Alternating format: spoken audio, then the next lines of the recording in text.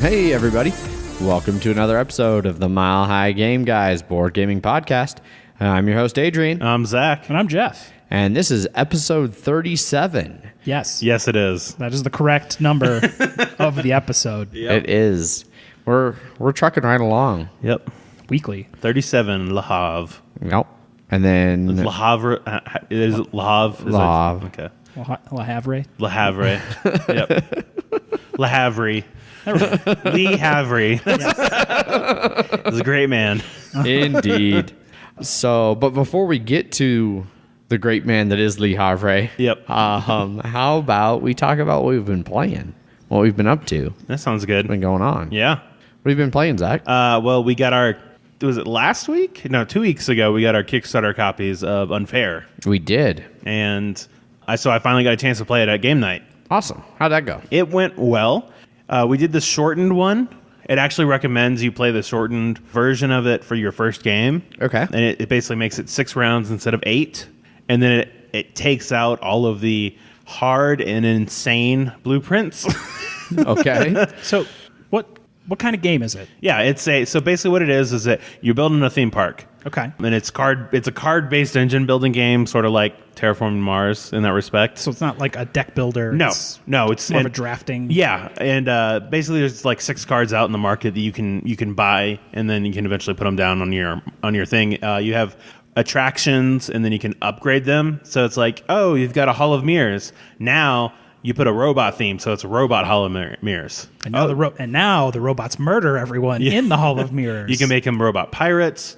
You can, Okay. and not like animatronic pirates, but like actual robots, like wearing pirate uniforms and stuff like that. Okay. And then you can I'd go to that theme Yeah, park. you can have it be comfy seating. Like you can have a whole bunch of different upgrades on them. Like you can have roller coasters and stuff that have corkscrews and stuff like that, and it basically makes it worth more at the end of the game. Mm-hmm. But since it's the title of the game is Unfair, it is a super there is a lot of take that in this Because it is a competitive. Yep, I can send hooligans and just make them destroy your pirate theme. They're just robots now. They just knock all the pirate hats off. Hired goons Yes. to send to other theme parks to Exactly. fuck them up. I can send my groundskeeper to fuck up theme parks, your rides and stuff like that. I can have a hypnotist hypnotize your staff members and make them come to me. Okay. And It's like, haha, I sent a bad maintenance dude, and now everyone riding on your ride is dead. Yep. I even like it on the flavor text for the groundskeeper is I would have gotten away with it too if it wasn't for you meddling kids. That's Nice. a Scooby-Doo Yes. reference for Yes, it everyone is. under the age of 60. Yeah, those good old haunted amusement parks. But yeah, you combine 4 different themes, or however many people are playing, you combine that many different themes. So we had pirate, robot, jungle, and then pirate, robot, jungle, and then one other one I can't remember what it was. Okay. Vampire, that's what it was. Okay. And then we could have also added ninja or mobster, Interesting. gangster. So Yeah. Those There's good a old- whole bunch of different themes you can kind of mix and match in Good old there. gangster theme parks. casinos and stuff like that it adds apparently. Oh, okay. Yeah, you can hire people to and you also have these events that affect everybody. Mm-hmm. And the first 4 are called Fun Fair because they're usually good. It's like you get more money or you get stuff like this. The other one is there was a rat infestation, so any ride that had a bathroom attached to it is closed. Aha. And if you had bathrooms attached to all of yours, then all of your rides are closed. So it is not. I enjoyed it a lot. The people I was playing with and Matt ended up winning, and he pulled an Adrian.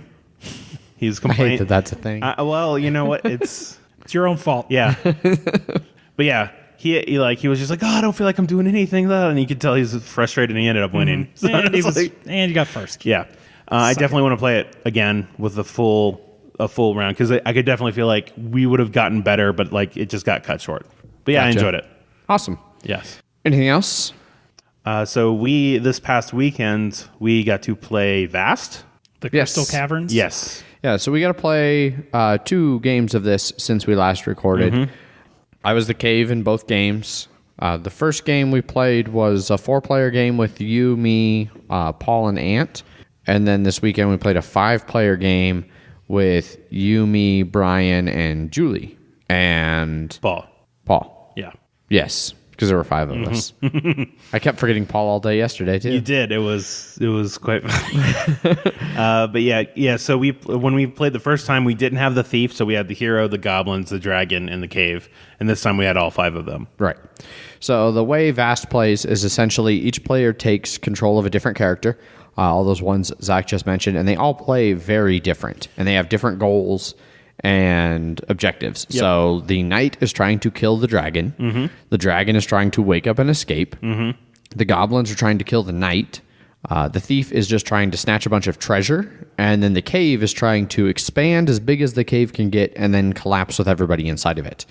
And it's definitely one of the things, like, there's some symbiotic kind of relationships. Like the cave can feed health to the knight. Yep. Like if the knight's exploring and getting events, the cave can give them events that give them health and stuff to keep them alive.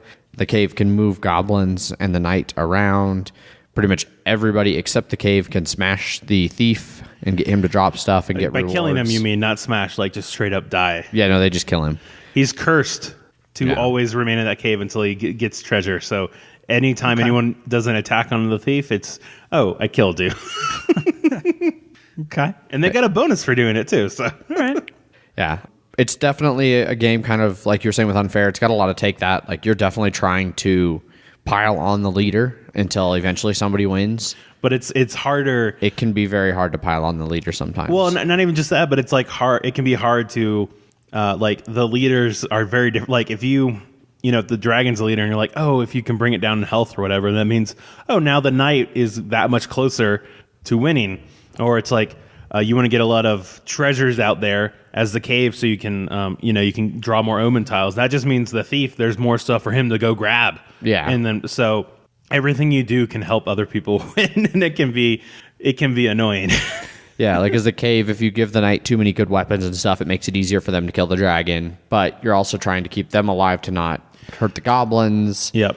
But if you keep the goblins off the knight too much, it makes the knight's job too easy. Like, yeah, it's kind of all over the place. Both games we've played, the dragon won, being controlled by 2 different players. And I don't remember who Ant said won his first play. It was the knight, I think. The knight. Okay. Yeah. It wasn't the dragon, I know that. So, yeah, I've only played it twice, so I'm not going to say there's balance issues because, yeah, it could easily just be that the way the game played, the dragons got lucky those 2 times or got the right things happened. I will say that the second time for me as the cave felt hard for me to do anything successfully. Right. I had a real tough time with it. It seems like for the cave, like in the beginning, you want to expand as aggressively as possible. Yeah. Well, I mean, there's a limit to how aggressively you can expand. Like you're relying on other people to expand. Well, I know that. I'm just like, I know you built a lot of tile, a lot of long hallways that if they didn't go down for whatever reason, then it just meant that you can't expand on top of any of those like you could normally. And it's definitely so the cave needs the knight to be exploring because the knight needs to be like going after treasures and event tiles of their own. Yeah, there's definitely a symbiotic, like you said, a sort of symbiotic relationship with there that if you don't play well, then it's going to make it that much harder for you. And then if the thief's there's more tiles for you. And technically he can reveal tiles too, but he may not choose to. Yeah. The dragon can reveal tiles as well, which can help you, can hurt you. But it's just very... Yeah. But I really enjoyed my first play. My second play wasn't as fun, but I do want to play it some more, maybe try out some other roles and just see how things go. Maybe I'll try being the dragon next time so we can see somebody else win. I played the knight and then the thief, and I enjoyed them enough. So I'll definitely play again, but it's... Yeah, so that was Vast. What about you, Jeff? You play anything interesting? I played Mystic Vale. Was it with the Veil of Magic? It was with the Veil of Magic expansion. So I still have not gotten to play my expansion of that. So how did you notice any major changes to the game? It definitely fleshed out a lot of the Guardian abilities. Okay. Just so everyone knows, Mystic Vale is a card crafting game. Yes. We reviewed it, but it's a deck builder, and you buy pieces of cards that you put into sleeves to make cards. And they have different symbols on them, and the expansion added a lot more stuff that has to do with the Guardian, because there was a pretty limited amount of Guardian cards in the base set. And this one adds a lot more cool Guardian stuff. I crushed everyone. I had a score of like 54 or something like that, and a ton of those Vale cards, those special cards. Right. Other people, there was only one new player. I think the other two people had played at least once, and I did well. Awesome. Yeah. I really like that game. Yeah, I do too. I really want to play it again now that I have that expansion. Yeah. For those of you who are interested, that was episode 27 that we reviewed that. So you can, if you're curious about what we thought of Mystic Vale, you can go back and check that out. Besides that, I played a shitload of Blood Bowl. That you did. Yeah. So Okay. Real quick though, before you talk about Blood Bowl for 30 minutes, it was the Karak-Ankor Open this weekend. Yep. And we were on location and did a little bit of live recording talking to Jeff, who was playing, Paul, who was playing, and Ant, who was playing and organizing. So let's cut over to that and hear a little bit of our on-location recording from the Karak-Ankor Open. Enjoy. All right, hey everybody. It's Adrian here with the Mile High Game Guys. Zach's also here. I am also here, And Jeff? and my name is Jeff. And we're stopping in here at the Karak-Ankor Open that our good friend Ant, who's been on the show a few times, he's hosting. It's a little Blood Bowl tournament. You can hear all the awesome Blood Bowl action in the background there. Yes. We're picking up all the extra noises. Sitting down with us is current first place coach, Paul. I'm undefeated. Yeah. You've probably heard my incredibly realistic impersonations of Paul on the show. It sounds nothing like me. We've played many games with Paul. He's on our Seafall and stuff like that, so you've probably heard us talk about him before. Yeah. We haven't played many games of Seafall. No, we have But not. we've played 2, so that is enough to say games plural. Yeah. A good And point. in case anybody was thinking that we would actually stay on topic when we were on location, No, still of no. course Still no. We'd rather talk about Seafall than play it. Yeah, honestly. exactly. Clearly. I can see a box of it over there.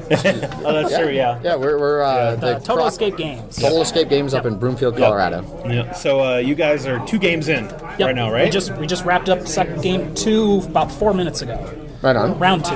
I prefer to say I'm undefeated, though, because it sounds more impressive than Yeah. 2-0. Does sound more impressive.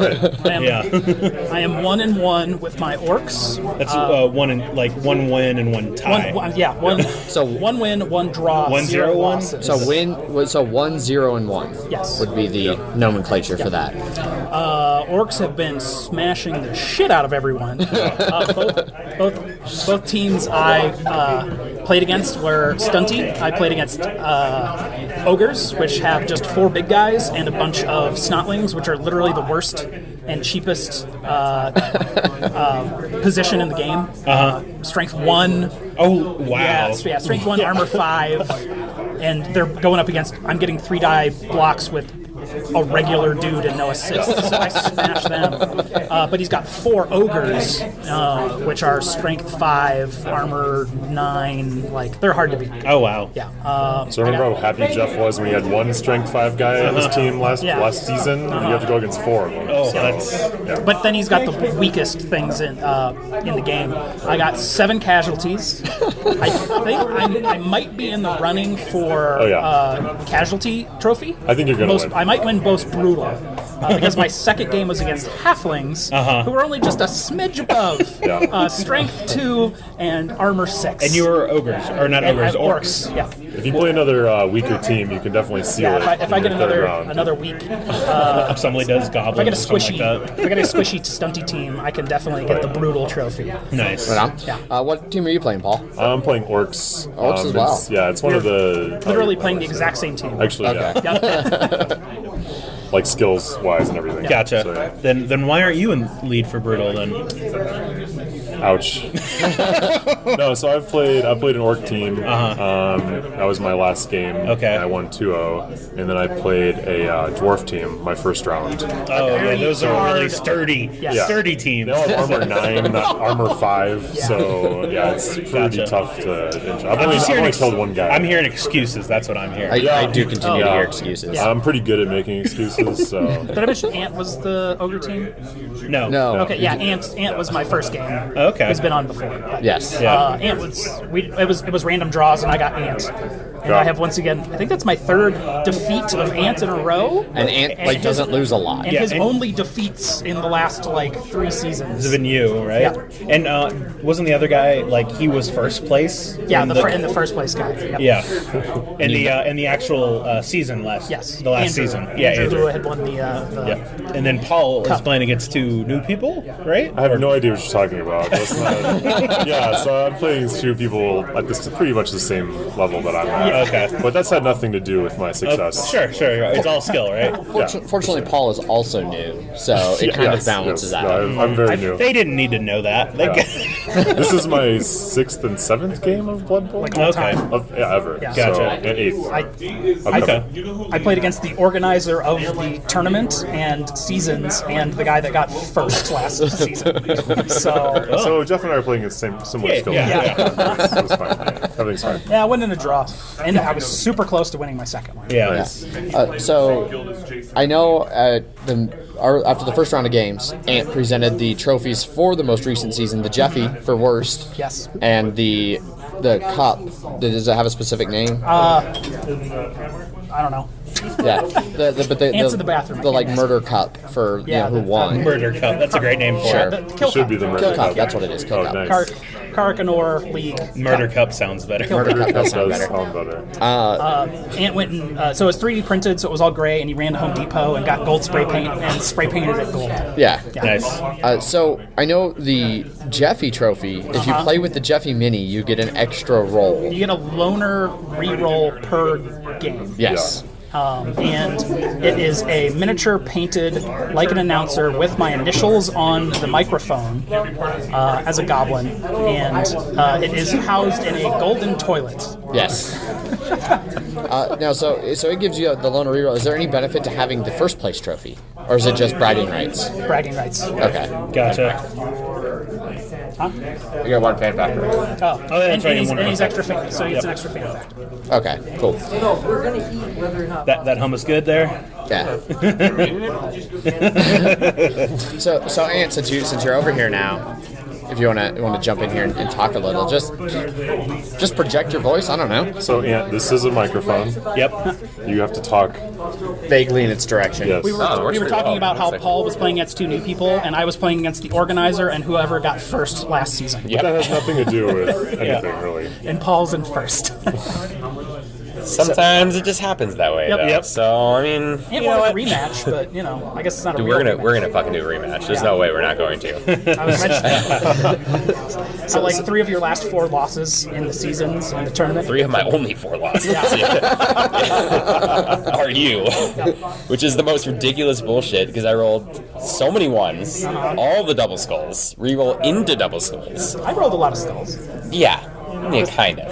I also Seriously, Jeff is your kryptonite. Okay? It doesn't even make sense. He sucks every other time. I mean, yeah, we've played a lot of games with him. Yeah, but it's not like, the last kryptonite place good for trophy is anything else, named but- after him. It's true. Very true. It's a well-painted mini. it is. Yeah, I was real drunk when I did it. It was last night at 3 a.m. just fucking putting some touches on there. Nice. And then also a couple more this morning because clearly when I'm hungover I drop the mini a lot, so I had to fix a bunch in the morning. I dropped it 4 times in a row. Oh, wow. It's a well-organized event. Yes. Clearly. It is well-organized for, 16? Actually, it is 16 people. I was amazed that there's 16. Yeah, so pretty overall, impressive. Ant, tell us how the tournament's been going so far. So far it's pretty smooth. I'm actually pretty impressed that people are finishing their games. Because it's actually a time limit now. There's only a right? time limit, yeah. So it's 2 hours and 15 minutes, and usually when you play larger tournaments like this, there's a handful of games that don't get finished. The only one that didn't finish during the second round, if he had 45 more seconds, he would have gotten an additional point for casualties. He got an additional touchdown and a win. If he had 45 seconds. Ouch. But that's why we keep yelling the time. They knew the Yeah. time, so it just happens. Yeah.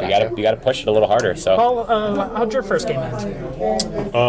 We ended in round 3 Of the second half? out of 8. we made it about 60% of the way through the game. Like 65%. All right, round it up, whatever. Thank you. Yeah. Did you get stopped by time? Yeah. Yeah. Oh, Yeah. okay. Yeah. Yeah, but it was second the game, though, we 2 finished way early. people with probably the fewest amount of games each, Yeah. Gotcha. Okay. and they just happen to get lined up against each other. Just like the 2 people that came up from Colorado Springs are scheduled against each other randomly for the first round, and Jeff and I were scheduled randomly Right. against the first round. So. I was like, my name, Ann. Oh, reach. 9 minutes. Yeah, we got a little bit. No. We're starting at 45, so we got a little bit. Yep. Cool. Right on. Well, thanks for sitting down and chatting with us, guys. Yeah, definitely. Absolutely. I think Zach and I might play some more board games. We played an epic game of Le Havre 2-player while Blood Bowl was going on earlier. That we did. It was awesome. I won by 1 point. Yeah, and I had nothing left on my board at the end of the game except for money. I was able to ship out everything. Which is really difficult. Yeah. Yeah, it was impressive. I had a whole bunch of fish, grain, and I think that was mostly it. I had fish, grain. I think you had some wood too. I think clay. I ended up with some clay. So Zach, you played as efficiently as you Bricks. could, and you still lost to Adrian. Yeah. How does that make you feel? I mean, it looked like he needed something today, so I was like, I'll give it to him. Birthday present? Yeah, exactly. I did what I wanted was just to have money at the end of the game, so I feel like I won. I was the most. Yeah, You that look makes at all sense. that waste you had. Yeah. Think of how much you'll have to pay people to dispose of that. That will bring you down in price. That's all I'm saying. Actually, Adrian just throws it into the sea. Yeah, he's just like, well. He got the fish from the sea, just puts them back into the sea. The circle of life. Yeah, I get that. There's some brick cows. Just get Tie the bricks to the cows. steak. Just throw the I steak. shipped all the cows. I would love just to see someone just take a bunch of cows and just slowly just go shove. Splash. Oh, our last boat is full? Well, All right. Welcome to the Le Havre podcast on location at the Blood Bowl tournament. Exactly. 100%. so 2-player, though, is that your favorite? Oh, yeah, for sure. As of right now, I like it. I did like it with 2, and I'll play with 3. Yeah. I don't want to play with 4 or 5. I have yet to that's not fair. enjoy a game of Le Havre. Even the ones where I've gotten thoroughly stomped, I've had a lot of fun with. So I like it a lot. But Gotcha. Yeah. we'll talk more about that in the future. I'm sure. You'll hear us either after this or before this. I don't know when this is airing in the actual episode. Yeah, no, we'll see. We'll see. So So, we just edit this sucker right in the middle of the episode. Yep. Just drop it in. Yep. Right in the middle of Le Havre. Right in the middle of. Just don't even announce it or anything. all right, so we're going to talk about components now. Yes. On location at the Yes. Karak-Ankor Open. Yeah. You can hear us do a component drop. All right, well, thanks for joining us, listeners, here at the Karak-Ankor Yeah. Open. And if you're ever in Denver and you want to play some Blood Bowl, get in touch with Ant or Got some Jeff, people. and they'll smash. Yep. Paul probably too. We'll see. Were you in season 4? Yeah, I am. Yeah, Okay. for sure. You'll see him smash too. Right on. So, all right, well, as always, I've been Adrian. I'm still Zach. I'm Jeff. And thanks for joining us, Paul. Sure, thanks. Currently first place, Paul. Yep. Yeah. We'll update how that goes. Yep. No, don't need to. All right. Just bye. assume Paul won. Yeah. Bye. All right, well, that was us live at the Karak-Ankor Open testing out our new portable mic. And on topic as always. Yes, we didn't deviate at all from discussing Blood Bowl in that conversation, not once. So that took place between the second and third round of the games, and Yes. like we talked about there, Paul at the time was winning. How did everything turn out for everybody? So everyone's third games happened. Paul, once again, did not finish his third game. He did not finish in the time limit of the first game. He did finish the second game, and then did not finish on the time limit of the third game. Did you finish on all of yours? I finished all 3. Okay. I'm surprised that, because I know Netrunner, like, you get more points if it's not a timed win or whatever. Was there anything like that? No, there was not. It was pretty much just a strict, like, hey, Gotcha. there are some tournaments that have rules about people, like, hey, like actual per turn time limits. Yeah. Like, you can't take a certain amount of time, or it will end your turn, and then it's just it's a turnover. It's the next Okay, person's turn. gotcha. My third game was against Frank, also a super good player, one of my favorite people to play against. It was against his undead, which were not squishy, but my orcs dub war bosses, who are all named after Warhammer 40,000 war boss characters Nice. from the lore. Nice. I got real lucky on some of this stuff on my rolls and started casualtying out all of his guys that could carry the ball. And Oh, nice. So then it was basically like he had a bunch of zombies and Frankenstein's monsters. And I was able to win that game 2-0. Nice. After some close calls there at the beginning. Paul was up against Lilo. I was orc on orc, and Paul got a at the buzzer score. Gotcha. And there was only Lilo had 2 turns left, but there was no way you could get out a turn, Paul's turn, and his next turn in 4 minutes. Gotcha. So time ran out there, and Paul ended up winning 1-0 because of that double skull. Ouch. Ouch. Trophies were handed out. So who won the tournament? So Paul won the tournament. I got second. Congratulations. Indeed. So Paul was the only one that won all 3 of his games, right? Yeah, Paul went 3-0. Everyone else either 2-1, 2-0-1, or 2-1-0. Right. I went 2 wins and a tie. Nice. Yep. And I was only 18 points behind him. You got 60 points for a win, 30 points for a tie, 10 points for a loss, and then depending if you had like 3-0 or 2-0 in score, you got 5 or 2 points, and then casualties, which I got a lot. You would, if you were more than 3 casualties, you got 5 points, Nice. and within 2 or more, you got 2 points. Gotcha. You can't win more than 1 trophy, but I would have smashed the casualty trophy. I had 14 casualties. The person that won had 7. Oh, wow. Yeah, but you can't win more than 1, and I Right. got the better one. So Yeah. there was a casualty trophy, a stunty trophy for best like stunty team, which is like halflings, dwarves, goblins. Oh, okay. And there was a last place trophy, the Jeffy, which we finally saw what the Jeffy is. Well, you finally saw what the Yes, Jeffy Yeah, was. everyone else has seen it. Yes. It comes in a golden toilet. Inside that golden toilet is a small goblin announcer with my initials on the microphone, JJ. And that is the Jeffy, which gets you a once per game loner reroll for the last place person. Gotcha. Yep. Wow. Yeah, that was, and then we had a couple little fun things where we handed out, like the new ogre human model came out. It was like $18. We just sort of threw out prizes, like the next person that gets double skulls and does not reroll gets a prize. Or no, got a double skull beer from Epic, a bomber of double skull. Yeah. Nice. Yeah, so I did a bunch of different prizes and stuff for random Yeah. little things like that. It was pretty cool. Yeah, it was super fun. Tournament went really, really well. Like we said before, it was 16 players, which was like the maximum amount we would ever imagine would come. So that was super cool. Cool. Yeah. And then you guys start your new league like in a week or two, right? We're going to do preseason. Preseason goes for about 3 weeks for everyone to kind of skill up their teams. There's still 2 more matches from last season to play, but none of those teams will carry over into the new season. It'll be all fresh teams for season 4. I did play my last match of season 3, which I won 2-0 against another human team. It was pretty low key. Nothing major happened. Gotcha. Except me winning. Right on. So my Reichland Renegades end 3 seasons at a 34.8 win percentage out of 23 games. It's a lot better than it was at the beginning of this season. Yep. And with a near final record of 6-13-4. What was your record for this season? The record for this season is... I've been surprised that Jeff always gives his record in terms of like 3 seasons. Like, as a Broncos fan, I don't count like 3 seasons go into our record. Although I wish we could this year. For my final record of season 3, I was 5-2-2. See, that sounds a lot better. You should just lead with that. Yeah. You really should.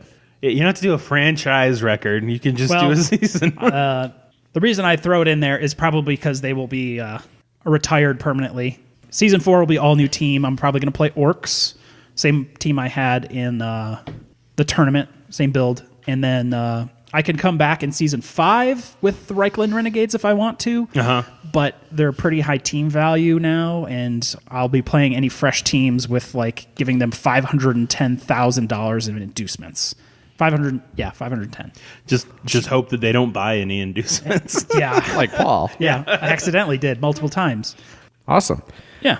Well, we will be sure to keep our listeners updated as the new season kicks off and how Jeff's new team goes. Do you have any idea of a team name for the new one? It's probably going to be, Dull War Boss is the same one I had in the tournament. Okay. I had actually named everyone out of lore from Warhammer 40,000. Yeah, so Blood Bowl, more Blood Bowl coming very soon to a microphone near you. Hopefully you like it.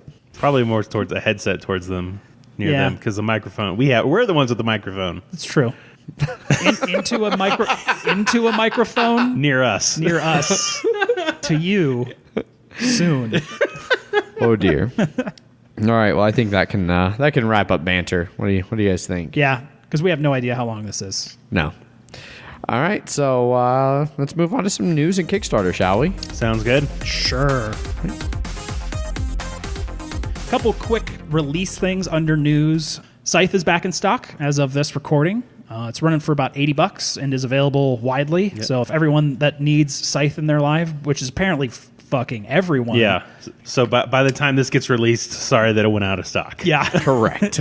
You had a chance, you just didn't know it. And if you want your Scythe fix, you can go back and listen to our episode about Scythe. Yep. We have a whole review about it. You can find out how I felt about Scythe. Yeah. Captain Sonar's getting a mini expansion upgrade pack. Upgrade 1. Yeah. Some new maps, some new mechanics.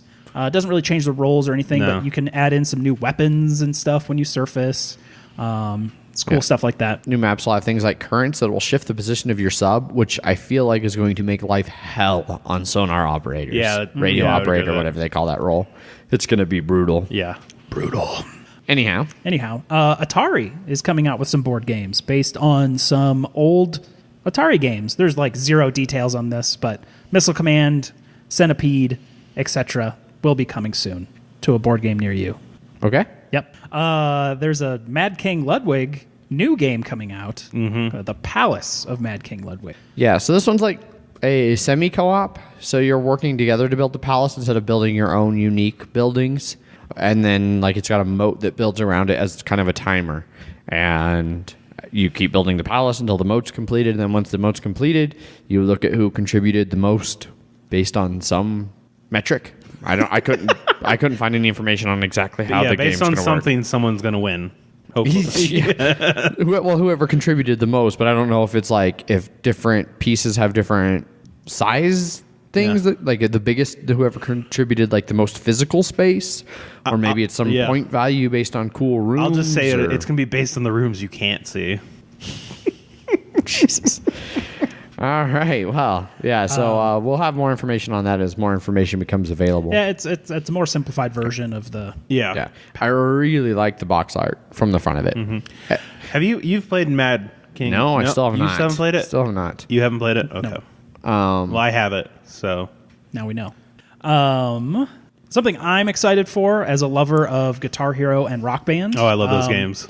Harmonix has partnered with Hasbro to create a music board game called Dropmix, where you can place different NFC reader cards onto a board that will mix through to your cell phone that is connected via Bluetooth to create unique mixes of how many licensed songs are on there?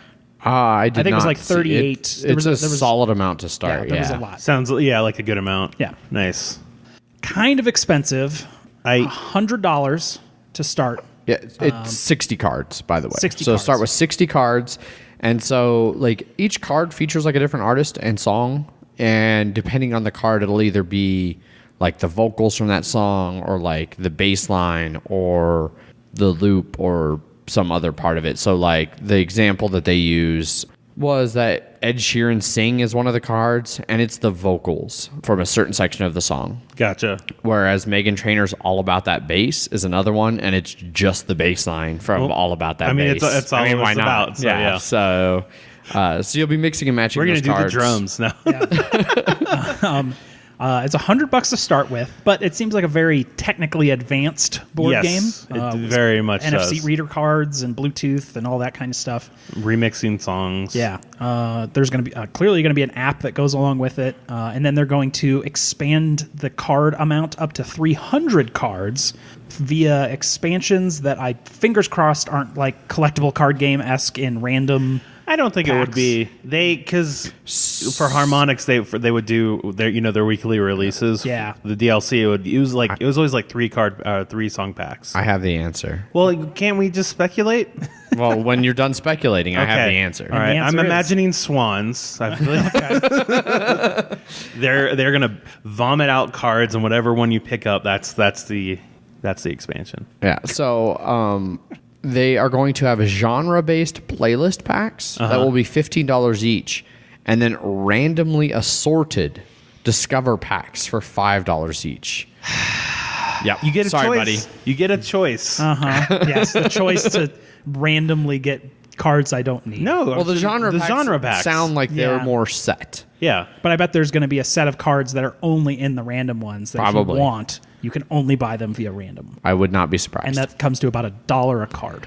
So I can honestly say that especially considering that the two examples they gave in this article were Ed Sheeran and Meghan Trainor, I have almost zero interest in this game. But I will say the card art is pretty cool. Yeah. It's, I don't know, the only one that they really have a good example of the card is the Chainsmokers Closer featuring Halsey, I'm really into Halsey right now. But the artwork on that looks really cool. Right, Jeff? Like, you're kind of leaning over here and looking at that. Zach? I'll look at your glasses like I always do. Reflection. But I think the card art looks cool, but unless somebody I know gets this game, I have zero interest in it. It comes out in September, so it'll probably be at Gen Con, and I bet they'll be running demos. Yeah, I would like to try that before. Because I want to know what, like... How it actually plays. Yeah, how it actually plays. Like, the first time I read it, I was like, is there even a game here? And then you guys gave me sort of a run. I'm like, that sounds more like a game, but... Yeah, you're like competing to put cards down to own your area of the track. Yeah. And there's some sort of scoring, but Okay. we'll see. Yeah. Next, in news, Gloomhaven's reprint will be handled through their new game in the same universe, the founders of Gloomhaven. In that Kickstarter. In that Kickstarter for founders of Gloomhaven. Which I don't know how I feel about that.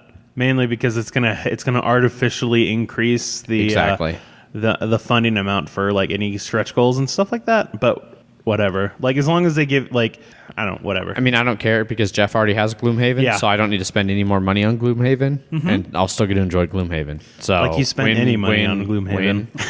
I mean, I wasn't going to. Well, you said any more money. Yeah, signifying that any more than zero. I don't know what Founders of Gloomhaven is, but its Kickstarter will start April 6th, and we will see then.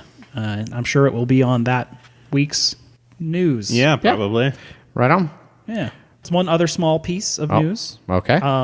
Adrian Smith, the artist for games like Blood Rage, Zombicide. Did he do Zombicide? He did a bunch of Zombicide, like the guest artist boxes and stuff. But he was the main one for Blood Rage, the others, and the current one that's out, Rising Sun. Yeah. He also has previously worked on Magic the Gathering, Warhammer. He's a very prolific artist. And he's a great really artist, good too. artist too.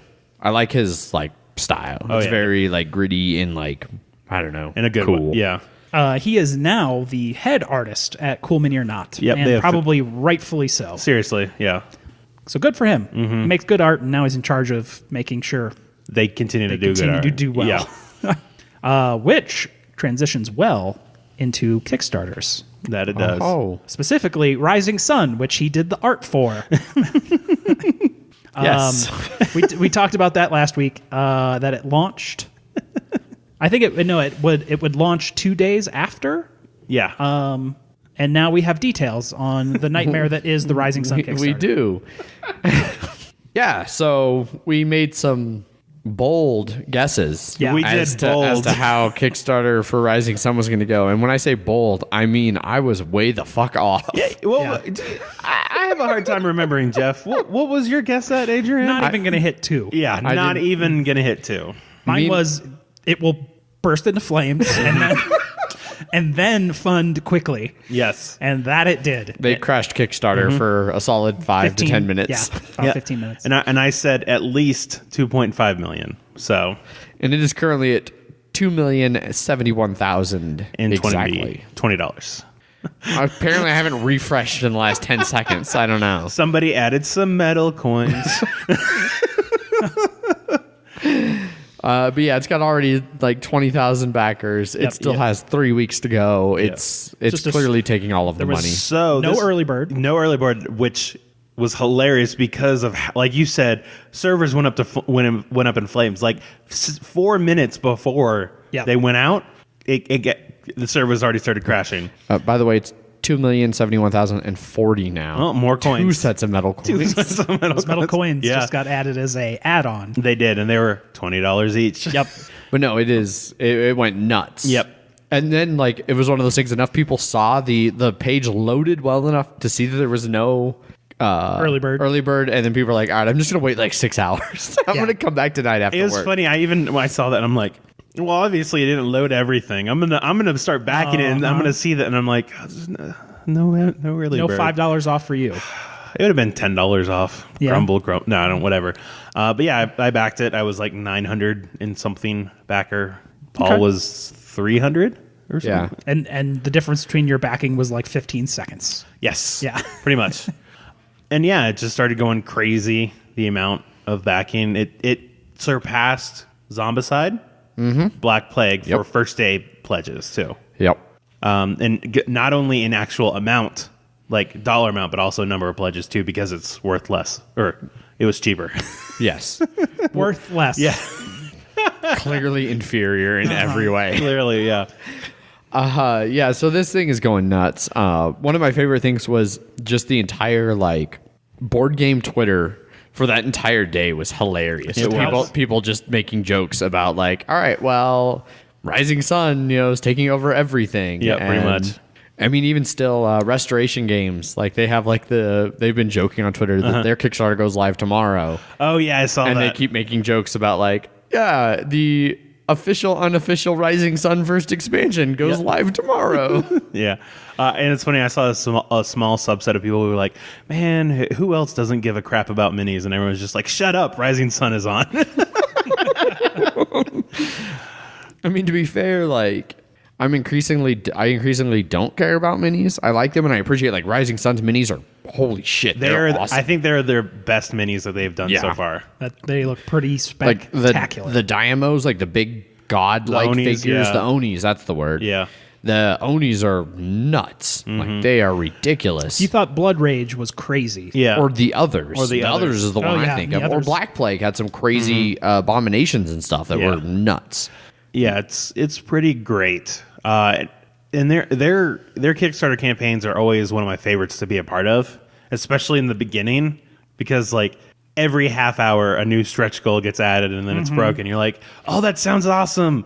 Oh, sweet, it got broken. Oh, that even sounds cooler. Like they started adding plastic strongholds, and then but there's 5 different clans and they only showed 4 of them, and they're like, do you notice how we only had 4? And that's because one of the clans, the Turtle Clan, is like their things are like mobile strongholds. So they decided to take that plastic stronghold and just put a turtle mini right underneath it. Yep. I mean, that almost got me to back right Right? That there. I was have a just pet a- turtle. Yeah. Like every time we travel, like I have like turtle ornaments that I've bought from different countries Right. that are just in his cage. He's got like 4 little turtles. I want to back this just so I can put a plastic fucking turtle fortress in his little Gotcha. fucking cage. Yeah.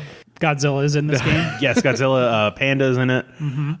They are, those things just look really cool. They are rapidly switching to Kickstarters that turn everything to plastic, including cards. Yes. Like just, if it could be plastic, fuck it, it's not plastic. Yeah, and they've only had one add-on right now, which is the metal coins, and they actually had a stretch goal which turned their cardboard coins into plastic coins. Yep. So even if you don't go with metal coins, plastic ones are still like 70% as good. It's Very specific percentage. It's like 10% of the weight, but it's the same size and all that. So Gotcha. it averages out to 70%. Yes, that I've done the math. I have an Excel spreadsheet. It's all mapped out. you didn't make that up on the spot. or anything? No, I never do. Okay, good. Yeah, I mean, Yeah, it's It will going be gangbusters. fulfilled in April 2018. Champions of Midgard's expansions funded, I think, couple days after Rising Sun came out, and so they had an amazing campaign update that was filled with Rising Sun puns. it was, yeah. The update was titled "The Sun Also Rises on the Lands of Odin," and yeah, it's got lines like, "And of course, we have more stretch goals, Kami Ing. Yeah.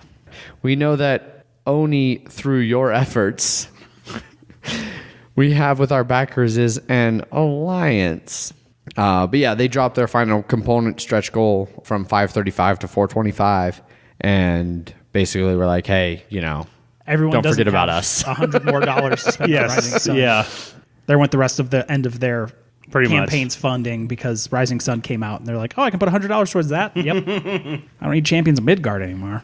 Yeah, but they did hit that final 425. They ended with, well, they're going to. They're currently at 483,000. So they're going to hit their final component stretch goal. Yeah. So, They have 25 hours to go, but it will be over by the time you hear this. yep. But I'm sure there will be a late backer option in case you need Champions of Midgard expansions. Indeed. So, All right. Next up. This one's the biggest one of the night. Oh, yeah. Legacy Tic-Tac-Toe. This is the legacy version of Tic-Tac-Toe you've been waiting for. Unlock new cards, components, and destroy pieces as you play the game. Uh-oh. Yeah, sounds just super exciting. So it's not just tic-tac-toe. It's supposed to be like a game that uses tic-tac-toe in its mechanics that then will change based on those tic-tac-toes that you've played. Right. To the point of like where the O's become portals to move between spaces and weird stuff like that. Yeah, I mean, it sounds... So they say that the game begins with a simple tic-tac-toe board, and that you play regular tic-tac-toe with standard rules, whatever, and then based on the outcome, you read card one, and things go from there. The only thing I have a problem with this is, isn't tic-tac-toe a solved game? Yes. Yes. Okay. That could change things if people know how to solve that game. Well, it's only for the first game. That's true. Everything else, we don't even know. Yeah. It's just going to blow our minds. This is stupid. I'm just going to go ahead and just say it. I'm not even going to be nice about it. This is stupid. How much is it? Yeah, it's $25 for the game with no stretch goals. It's $35 for the game plus stretch goals. And then they have a $2,000 pledge. Of course they do. There's only one option for it, but it's the game funded. One copy of Tic-Tac-Toe, the epic stretch goals, free shipping, plus you guarantee the game gets funded. So if you're just really desperate to see whether this is a fucking joke or not, Yeah. pledge $2,000. You'll see. You too have $2,000 to burn. They set like a 45, 50-day campaign. It still has 38 days to go. It's got $624. Of $2,500 goal. Everything about this seems like a bad joke, even though they say all over the campaign that it's not a joke, which makes me think it even more is a joke. I don't know. This one seems like a joke. I remember like back in the day there was like this MMA fighting one that just looked like a really shitty game but was serious. This looks like these guys are just fucking around. I don't know. It looks stupid. We don't disagree with you. I know. I thought it was funny. I mean, yeah. If it's a joke, it's... no, I don't know. I didn't even find it funny. I just thought it was lame. Yeah. It popped up on board games. Like I just constantly refresh the new feed in our board games. It popped up twice in like 3 hours. And it was always like, haha, I can't tell. Is this just a joke or is this for real? And it was almost the exact same wording in the other one with a different like username. So I feel like they're really trying to get this to be like an ironic kind of like Viral. the fucking potato salad Kickstarter a while back. That man made some money. He did. Yeah, he did. But he didn't have... Well, I mean, it was still a stupid idea, but...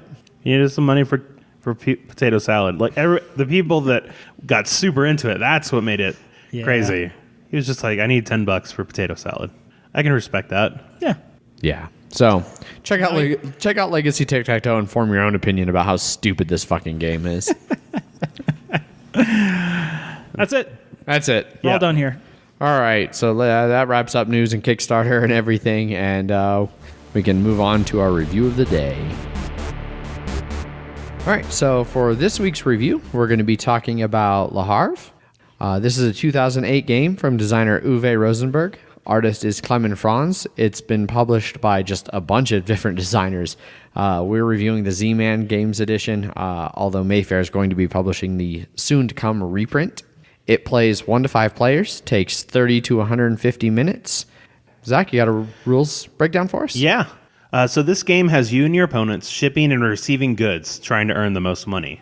On your turn, you will be moving your boat to the next available spot, and that will be adding specific goods to their offer spaces. Then you can either take all the goods on one offer space, or you can use your worker to activate an available building, paying any associated fees. This can allow you to build buildings, get resources, turn basic resources into more valuable ones, or build ships.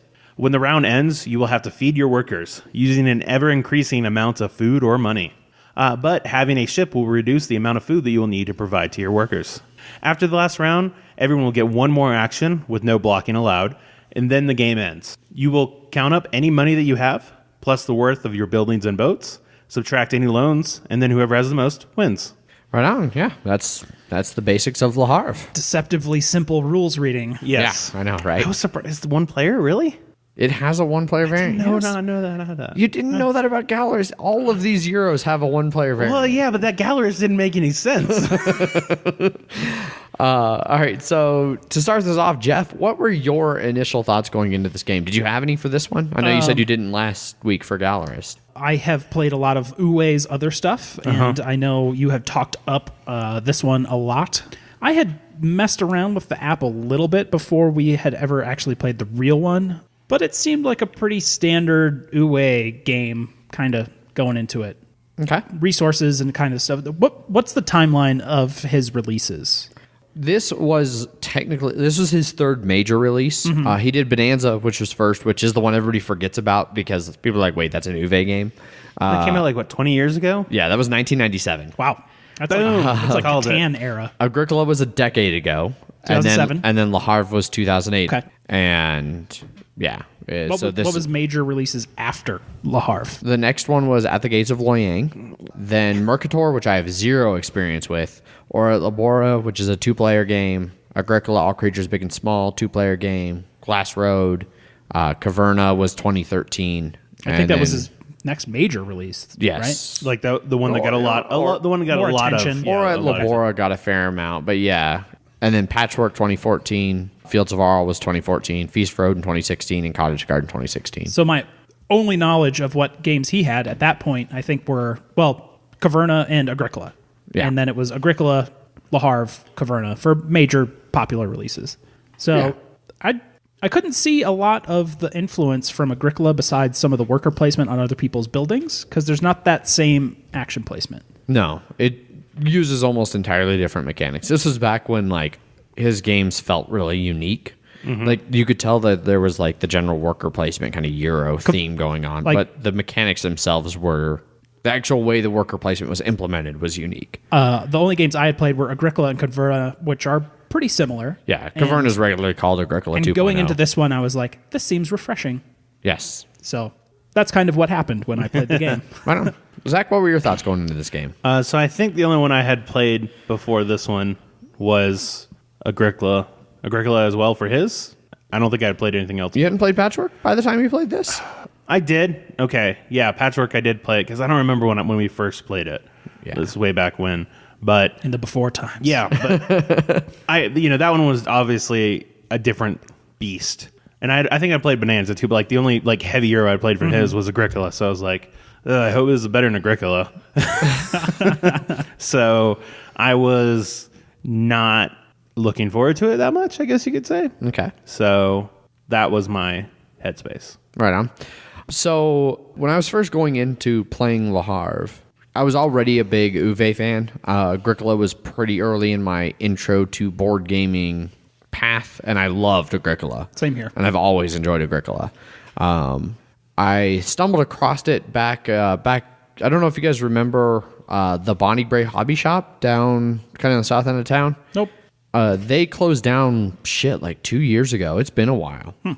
And they were doing a bunch of like closing sales, and I went down there to see what was available, and it was like a week after they'd announced our closing and their sales. So I expected them to be pretty picked over. Shockingly, they were, except for I saw Le Havre on the shelf, and it was like $30. And I jumped online real quick. I was like, I know that name. I know that's a popular game. I looked it up. It's highly ranked on BGG.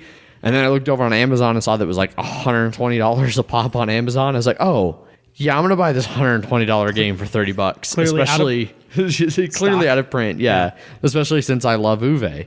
And then it sat on my shelf for like a year. Yes, it did. Mostly like it sat on my shelf because I was daunted by it. Like I'd heard that it was in Dense. some ways heavier and longer than Agricola and took more, and I just never felt brave enough to learn it. Well, then we met Paul, and yeah, like one of the times early talking to Paul, I was like, I'd mentioned something about Le Havre sitting on my shelf, not being played. And he was like, dude, I love Le Havre. So we made it a point and we got it to the table, and I don't know what I was ever afraid of. It's not nearly as daunting as it seems. It's certainly heavy, and there's a lot of really complex, interesting decisions. But, going into it, like I expected it to be way more complex than Agricola, and in some ways I could maybe see that, but it doesn't feel as punishing as Agricola. to me. So, but yeah, so that was my kind of initial thoughts going into the game. Okay. So first thing, components. What do you guys and think art. of components? So I bet I can guess why in Bonnie Bray why it was people just kept it was still there when everything was picking things because they'd have one look at that box and they go, oh that's a boring ugly looking game. We're just gonna keep on walking. Once again, the what's his name, Clemens Franz. Yep. I don't like his art. I don't like his art at all. He's good at art. Yeah. I mean, he might be okay at art. I The think style does that not. style- It is. see, and he's got a very distinct style. He does, and Very it's- distinct. I am apparently alone in this, in that I actually really like his. I like that. distinctiveness is Agricola that, Le like- Havre art style. Yeah, Distinctiveness is clear. Maybe it's because like that was one of my early intros to gaming, and so that's what I'm accustomed to is Yeah. Agricola's art style. Yeah. And so I'm fine I mean, with it. in yeah. other If games, you're I don't know. if you're fine with bad art, then I guess that's just you. Art is subjective. There's no such thing as bad art. Yeah, you can have an opinion. You're just wrong. There's some not well drawn It's- tiny dudes on that board. I think that's That like I never even noticed. that is that's the worst because like Agricola is just like I don't really like it. Yeah. Like the colonists use the same artist, right? It is not the same artist. Oh, it's not. Okay, good. Then I guess he hasn't. He's just still. yeah. His Still- most recent game was Isle of Sky. Okay, yeah, I don't like Okay. that artist either. Isle of Sky the art was better. Did you like Caverna's art, Jeff? It's still as not good as Agricola. Yeah. But still Agricola and Caverna are better than the Havre's Yes, art. because literally some of those people walking around on that harbor were just horrible. It's just Here's an oval. yeah. Well, same thing with the meeples from Gallerus last week. Until Zach pointed this out to me, I had not noticed that there were dudes with awkwardly long legs walking around on the board. It was a non-factor to me. Yeah, it's nothing important to the yeah. actual game. No, but it's for first impressions. Yeah. That's why all those times I'm just like, oh God, what is? Because like before you don't know how to play, what's happening? You're just looking at the board. You're looking at the pieces. And so I was taught at a very early age, Zach, that you don't judge a book by its cover. Yeah. You're open-minded and accepting. Sometimes of that different cover's appearances. really ugly. yes, yeah. And For one, I was intrigued. and that's not because- the cover. The cover was the box, and well, then- and so this is the inside of the. Well, the you were saying components. that people passed it by on Yeah. the shelf because of the art. And then you could say that they should not have judged it by its ugly cover. Meanwhile, I look at the cover and I see that like the one dock worker is carrying a box that has Agricola on it, and the boat is the MS Rosenberg, and I'm like, look at all these cool, interesting details. I feel like that- you're using those wrong. Like intrigue me. Well, that's what I experienced. That's fine. Whatever. It's all like I you like said. the art. It's subjective. That's Yep. Well, I don't love the like. It's not art. I'm going to go out and buy prints to hang on my wall. Man. But it's certainly not something where it's like, oh God, I don't want to play this game. The art's bad. I don't care. Like it's if you don't care, that's fine. I'm fine with Anyway. you saying it. Yeah, just don't say that it's good art. All I have are mean jokes about that art on walls. Yeah. Be like, oh God, do you know what's on your wall? Do you need me to burn that for you? I want to buy that now. I want to buy you prints of these just so I can make fun of them. I really hope that Clemens doesn't listen to our podcast. He's not. Yeah, We're very I'm not. sorry. Yeah, yeah, We mean it in jest. yeah. No, you don't. I don't. It's true. I don't like his art, but like you said, it is subjective. Yeah. Yes. So Some people hate Picasso. yeah. Fair enough. So, art aside, components, graphic design. The cards are clear. The cards are clear. Yeah. Nice I think square the cardboard tokens are tokens. For 2008, they're standard components. Yes. Yeah. Like they're not the thickest, heaviest cardboard. They're thinner, but they certainly serve their purpose. I wish it would have come. So you have like paper printouts of like player mounts, basically. Yes. Did it come with No. the? I know it didn't come with those. Anything Nothing. like that? No. It's you sort of need that. Like there's those little warehouse cards that you can sort of stack your stuff on. No, but that's not it. Yeah. Yeah. I wish it But would have that's come the on back side of the player reference chart. Exactly. So if you use it to stack your stuff, you don't have your reference chart, which Yeah. is unfortunate. I don't think it needs a player aid. It benefits greatly from one. It's not like some games, like there's no excuse to not have a player aid. Right. Like you need one to reference all the little shit you do. This one, it just makes it nice, especially because the tiles are all double-sided. Yeah. And if you don't have a player sheet to like, this is my coal section and this is my like Coke section, then it's easy to like accidentally like flip one of your tiles over and be like, wait, which was Yeah. this? Hopefully everyone knows what kind of Coke we are referencing. Yeah. Coke. It's a They both give you lots of energy. They do. The kind that powers ships. But like wood can be turned into charcoal, cows can be turned into meat, wheat can be turned into bread. Like And leather. It's really nice when you have these separate sections where so you know that all the ones you place in this section are supposed to be this good. Yeah. So if they accidentally get flipped, it's not a big deal. Yeah. but otherwise, the tokens themselves, they work. Not quite as bad as early 90s, late 80s war games with, the 1,000 different little cardboard chips. Yes. Yeah. Correct. Not that bad. No. The three main boards themselves, I do wish they were like a trifold board instead of three distinct board pieces. I think that was just what they were doing at the time. Because that's what Agricola had the same thing. Caverna had the same way. So, does the new Agricola have a folding? They is it say three boards on the component list. Okay. Maybe that's just they're saving the component list from previous versions and Gotcha. not updating it. I don't know. We'll see when it actually releases. I mean, at the very least, that helps with. I know it doesn't really affect the Havre at all, but for Agricola, it helped for increasing player sizes because it just had them on both sides. Yeah, so it made sense for like Agricola and Caverna that scale. Yeah, This one doesn't. scale. Yeah.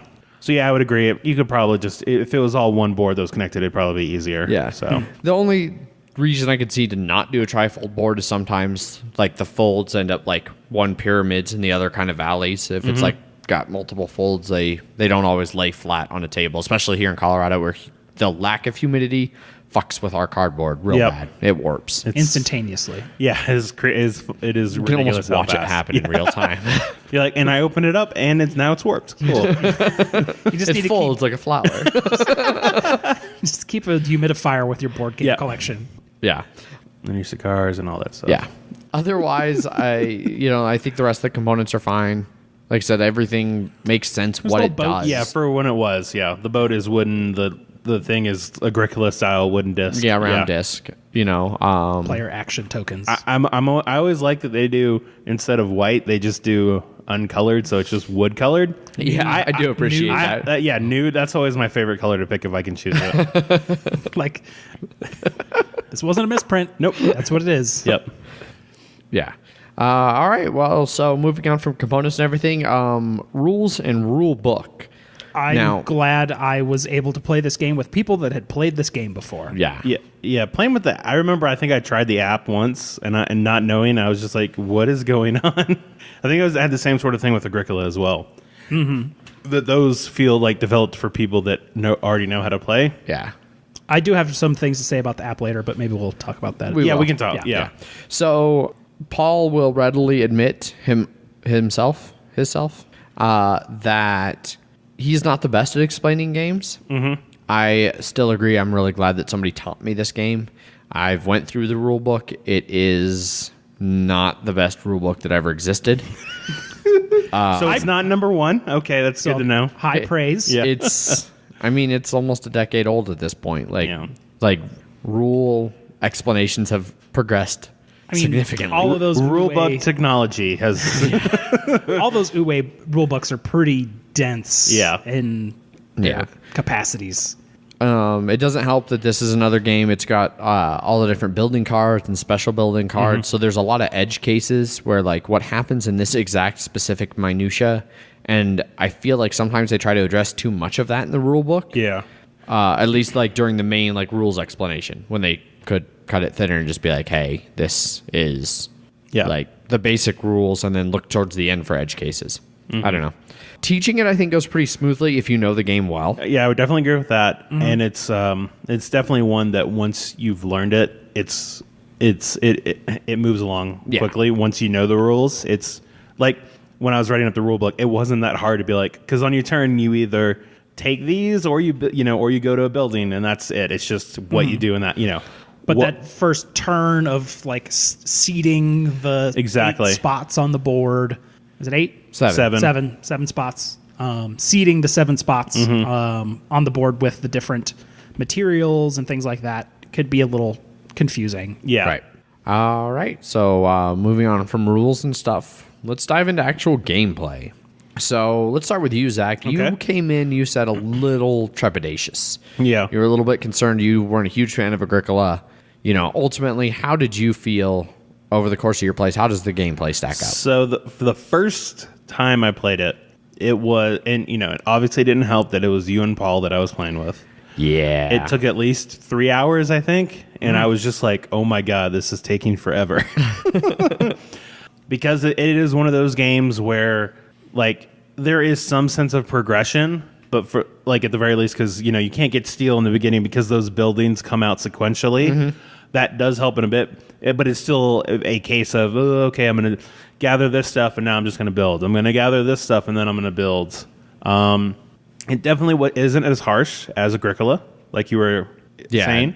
I've never really felt, oh man, I don't know how I'm going to feed my people this turn. It always helps when they're like, you can also just use money. Yeah. They just go out to a restaurant or something like that. That's fine. Instead of just eat more fucking bread. Bread and fish, that's all you get. But yeah, like I said, it was easy enough to, once you know what you want to do, like there isn't that much, realistically, that much AP. And I do like some of the decisions you have to make, because it's like, oh, that's a lot of fish. Do I need fish right now? Maybe not now, but on Adrian's turn, another fish is going to be added to that, and he's going to get all that fish, and it's going to help him. So I do like that all of those offer spaces get gradually more and more, even to the fact that you're like, I don't need it, but that's just so much that I might need that later. And that you don't have any sort of limit to the amount you can hold. Okay. So, but yeah, overall, when I was playing it, I did enjoy playing it more than I did Agricola after my second playthrough. First one, like I said, it was just too... Right. Now, how'd that kind of evolve for you as you played multiple plays, though? Like, we just played a 2-player game this weekend. Like, how has your opinions on this kind of evolved? I've played... The first time we played was a 3-player. When I played a 4-player, I was like, oh, this just feels... I did not enjoy it nearly as much as I did when I was playing a 3-player. And then I played 2-player, and I enjoyed that one more than I think especially the 4, but maybe even the 3 as well. Okay.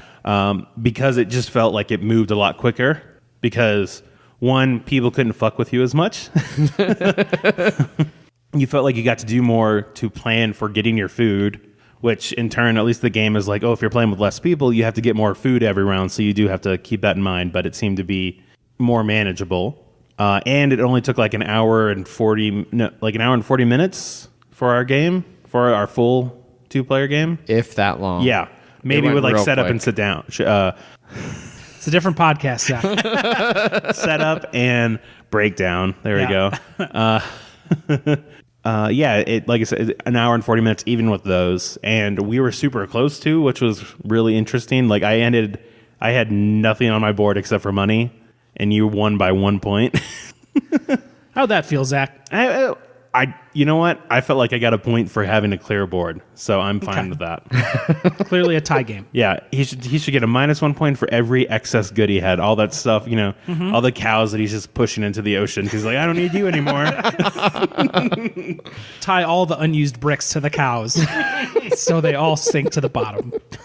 But yeah, that's steel girder tied to the cow. Yep. Now, what about you, Jeff? How have you felt about the gameplay and how it plays out? I was going into it thinking that like this is going to be the heaviest monstrosity of all time. It was much lighter than I had thought, but that's not saying much. There are many, many different buildings in there, and that building pile and is pretty daunting to know what you can do, but it's nice to be able to use other people's stuff kind of at free will as long as someone else isn't there, and then you can give them a food, or it's like 2 food or a gold to use their buildings. Mm-hmm. But it's really getting the strategy down of what your process order needs to be. It's like, I need a bunch of fish, and then I need to use the smokehouse. I need a bunch of clay, and then I need to get the brick building, and someone's on the brick building, so what's my best second option? And then a lot of times you're like, what's my best third, fourth, fifth option? Yeah. Especially with more people. Yeah. Right. But I can understand where this game gets a lot of its praise from. It doesn't, besides the action denial, though, it doesn't seem like there's really much interaction.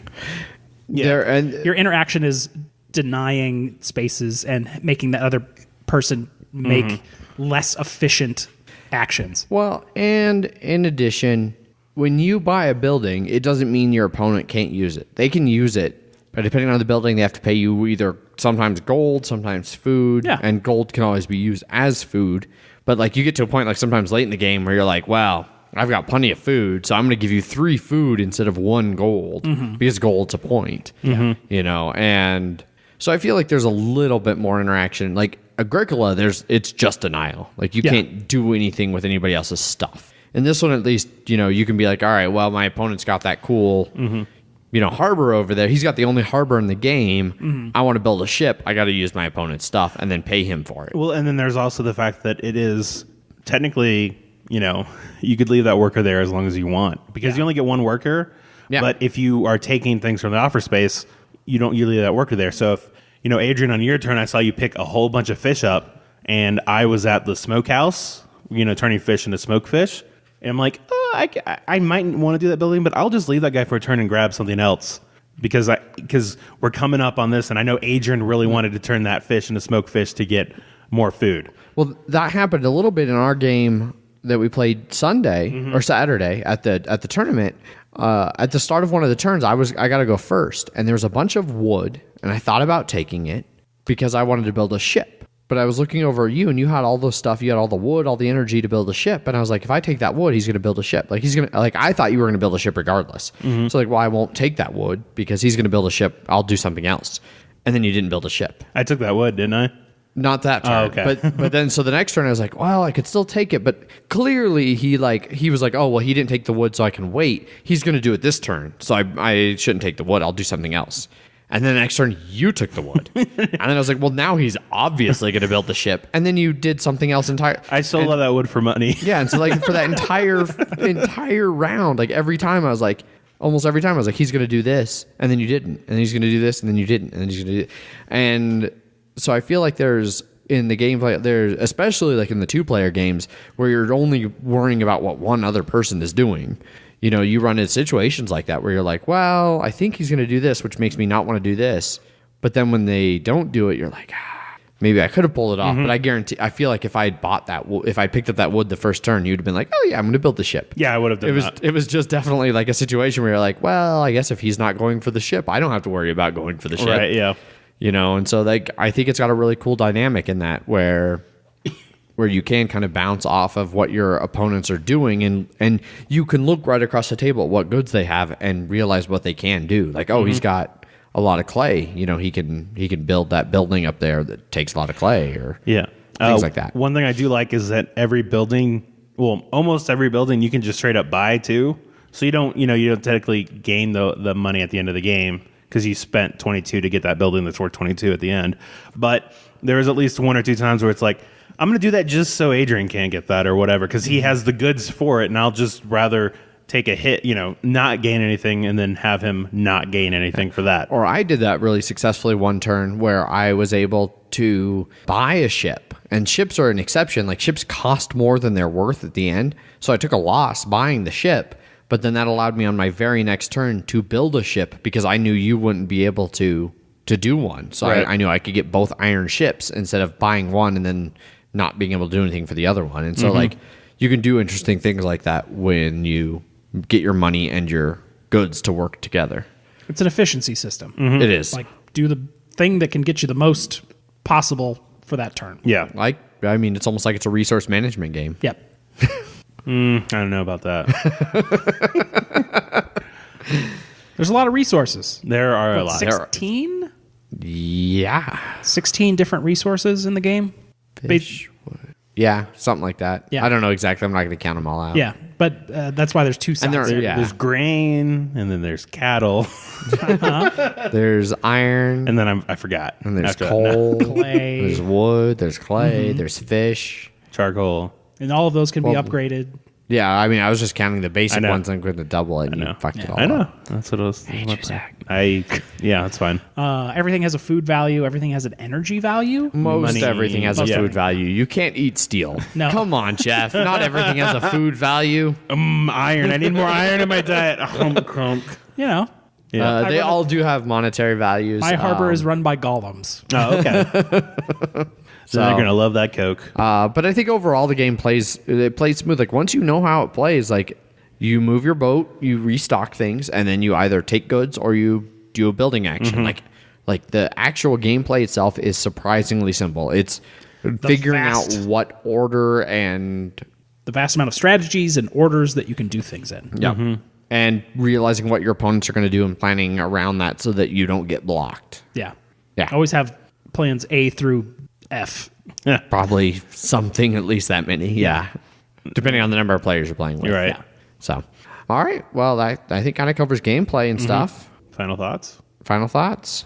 Jeff, what are your final thoughts on Le Havre? It's a really, really good game, but I feel it's a game that you're not going to win your first play against people that have played, because you need to learn the various strategies and how everything interacts. The rhythm of it. And unless you're just a really good board game player at those styles of resource management Euro games, that it's going to be hard to see like where the best options come from. Right.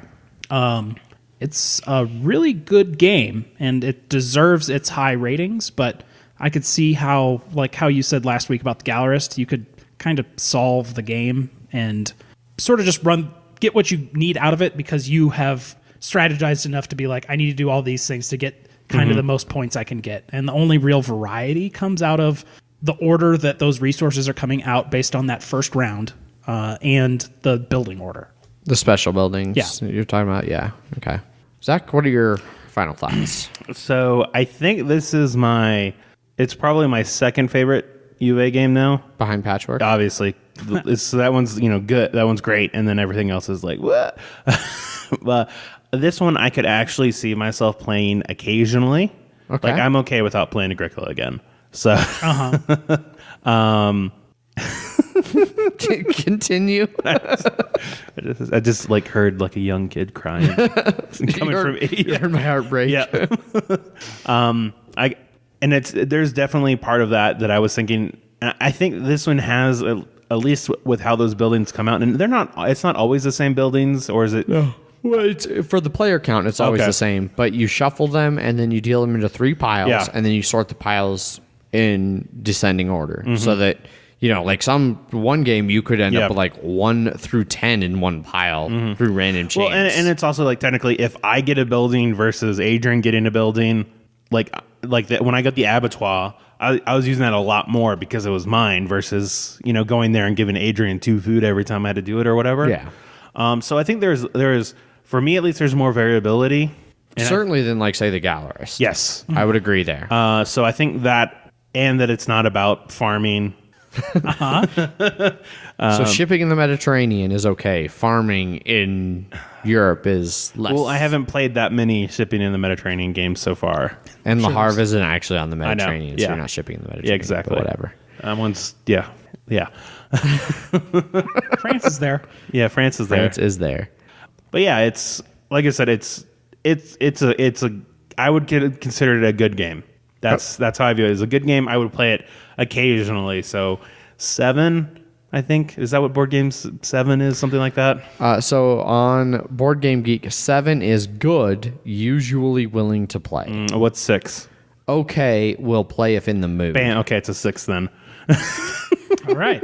I would say good, but we'll Maybe play like a if in the mood. 6.8. 6.5. I'll do 6.5. Okay.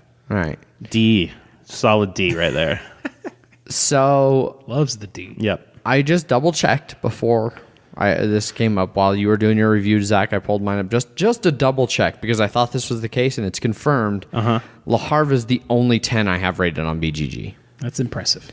And 10 is outstanding, will always enjoy playing. I have never not enjoyed Le Havre. From the moment I first played it until the most recent play, I have always enjoyed Le Havre. Until the most recent play, or including the all the way up to the most recent play, I have always enjoyed it. Like up to and including. I've lost horribly. I've won dramatically, like everything and in between, and I've always thoroughly enjoyed the play of this game. I like the way the resources build up to a point where like you have your plan and then your turn comes around and you're like, holy shit, there's like 10 fucking cows right there. Like it's never that high for cows, Yeah. but like What idiot left 10 cows there? but you're like, there's so much of this whatever particular good, I can't not take that. Like I've got to find a way to make that work for me. And the nice thing is you can almost always find a way to make it work for you. I've played it at every player count now. and I've enjoyed it. I've enjoyed it solo, 2-player, 3-player, 4-player, 5-player. I've across the board have never had a bad time playing Le Havre. It is without a doubt my current favorite game, and like I said, it's the only 10 I have on BGG. I have 7 10s on mine. Jesus, Zach. I do not want to play this game at 5 players ever, and I don't think I want to play it 4. I might be able to be talked into it, but I probably won't enjoy it as much. If I playing this again, I would probably be 2 or 3 player, and that's about it. I think this game scales fantastically. So, we mentioned and we were completely wrong. We were talking about this at the beginning when we were talking about the board and the weights of the tiles, and that it doesn't scale. That's not true. It's not true at all. We were crazy pants because the round decks that you put at the end, that track the round and the amount that you need to harvest, totally vary from player count to player count. So like when you play a 2-player game, you need to feed 5 food at the end of the first round. In a 5-player game, you need to feed 1 food at the end of the first round. And that makes sense because in a 2-player game, you're going to get a hit 3 spots at least, and then whoever went first is going to get a hit 4. Whereas in a 5-player game, 2 people are going to get 2 actions. Everybody else only gets 1. So it actually totally does scale. We were completely wrong. I think we were talking about specifically for the boards. The boards because they don't flip change. Over. That's what I think. That's what I was referring to. It's the deck of cards. Yeah, that the deck, changes. and then technically the buildings because you have more buildings if there are more people. Your rate of food requirement, which totally changes. The amount of food you need changes how you play the game. When you only need to get 1 food the first turn, 1 food the second turn, and then 2 food the third turn, is completely different in a 5-player game. Well, because you just I'm going to use money for that because I have 1 fucking thing I can do on the first round. Yeah, you have 1 action, where in the 2-player game you have 2 or 3. I think that's one thing I didn't like about that is that with 4 or 5 players, you can have people that only do 1 action a round. Yeah. I didn't like that. And that's where and I can see that would become a problem, especially when you play with people who might take a little bit longer on their turns. Like some people to remain named as Adrian and Paul. Like some of us do, I can see where that's frustrating. And that is definitely a downside that you only get 1 turn, per round. Yeah. But I feel like the game scales very well to where it doesn't hurt you. Like you can still do just as well, only getting 1 every few, and I think it makes the rounds where then all of a sudden you get 2. You're like, holy shit, I get to do 2 things this round. Like that's crazy. It makes it all the more dramatic. I don't know. I've enjoyed it at every player count. So I like 3 and 4. Yeah. I wouldn't want to do 5. Yeah. Because if I want to play a 3-hour game, I would rather play something else. But yeah. I have an expansion rated as 10 as well. So, oh jeez, yeah. The app. Yeah. So Jeff, you played a whole lot of the app. Yes, I did. Real quick before you go into what you think of the app, I want to point out the actual Le Havre app is only available on iOS. Yes. Us Android superior race people Plebeians, can't get it. whatever. Yeah. So what do you think of the app? In the minor leagues, yeah. Once you get to the big leagues, then you can get the real stuff. The app is older. It comes up with that nice warning of like, hey, this might run slow because they haven't updated it in forever. But it's a good app, especially for a game this dense. The tutorial is very nice. I had played the actual board game before I did the tutorial. I ran through the tutorial just to kind of see what it does, and it does a really good job at telling you what to do and letting you kind of make your own options. It's like, hey, what do you think's the best option to do right now? There's always a hint button that will tell you what your most efficient option is at that moment, that it should be like, it knows how far away the harvest is, and it's like, you don't have enough food, you should take all those fish, or you should build a ship, or you should do this or that. So if you're ever stuck with options, you can always hit that little hint button, and it's like, do this, which is super useful. Is there some way we can come up with that? Like, but for the actual game, so I can be like, Adrian, boom, that's what you should do. Do it. Do it now. It was a middle finger thrown just now. Yes, it was. Doesn't play well over podcasting, but everybody already knows I hate Zach. Understandable. The app, super useful to learn the game because it's literally all in there, and you're making options, and the tutorial's great, and yeah, it's a good app, and the AI is good. The AI is super competitive. Like, the AI will trash you hard, on multiple occasions. And it goes super fast. Like, you can get a whole 3-player game I did in less than 20 minutes. Yeah, this is an example of, it's one of the handful of games out there that makes me sad that I don't have access to iOS, because I don't think at this point it's ever coming to Android, which is too bad, because I would love to have Le Havre on my tablet or my phone. Like I said, it's my only 10. I would love to be able to play this game on mobile devices and play with other people remotely. Unfortunately, that's not really an option for me. Fingers crossed they'll update their app stuff in a while, but I'm not sure who helped publish the app offhand, but it is quite a bit older. It hasn't been updated in a while, but it totally works currently. Right on. Yeah. So cost and availability, it is currently not available. If you want to get the Z-Man edition that I have, it's going to run you like $140+ on Amazon. Which I think Adrian said he wanted to sell, so just contact him. No, I'm not actually going to sell. I was totally facetious about that. However, on Amazon, the Le Havre from Mayfair, their reprint is going to be available May 18th. So we're a couple months in advance, almost exactly 2 months in advance. It might be available sooner from CSI and stuff. They don't currently have information about the Mayfair reprint up on their websites. Mayfair lists the street date as March 16th, which will be the day after this episode airs. So it should start becoming available again. The current price is $70. Is that MSRP? So like right now on Amazon, if you want to pre-order, it's $70 plus free shipping for Prime members. Oh, that sounds too expensive. Now, it might drop once it's actually available. I mean, sure, yeah. I think that Amazon usually does that. They list the MSRP until it's actually available, and then they discount it 20, 30%, whatever. But it's probably going to be $50 to $70, depending on where you get it and when you get it. And heaven forbid you miss out on this reprint, because it seems like they go a couple of years between reprints and it gets really expensive in between them. So if it sounds interesting to you, snatch it up when it becomes available. So before we completely close out this review, we did have a couple questions from some listeners that we are going to address. So Sounding Board Games, they do a board game YouTube channel here, also based out of Denver. They say they have not played it, amazingly enough. They have Inland Port. How do they compare?